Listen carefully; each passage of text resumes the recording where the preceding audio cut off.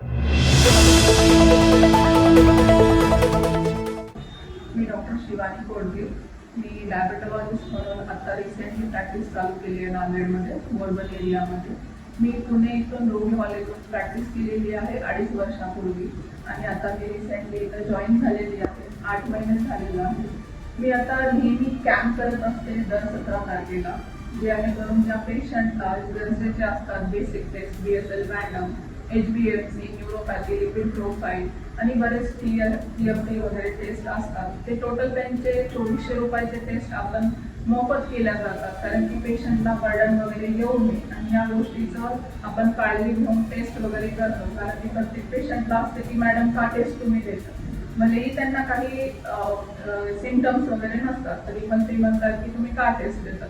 पण या टेस्ट करणं खूप गरजेचं असते. लिपिड प्रोफाईल करणं गरजेचं असते. फक्त शुगर पेशंटला किडनीचा आजार, आपला कोलेस्ट्रॉलचा आजार, हार्ट डिसीज हे वगैरे जास्त होतात व नसांवर परिणाम होते, ज्याच्यामुळे न्यूरोपॅथी वगैरे होते आणि त्यांच्यामुळे फंडस एक्झामिनेशन वगैरे करणं गरजेचं असते.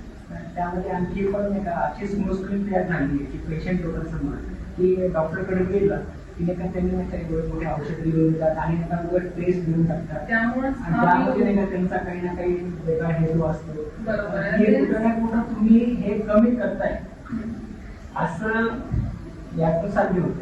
बरोबर आहे. प्रत्येक पेशंटला हे वाटणं गरजेचं आहे. तुम्ही असणं काय, मी असणं काय. प्रत्येक पेशंटला असं वाटते की प्रत्येक डॉक्टरांनी एक्स्ट्रा टेस्ट देऊ नये, एक्स्ट्रा बर्डन देऊ नये.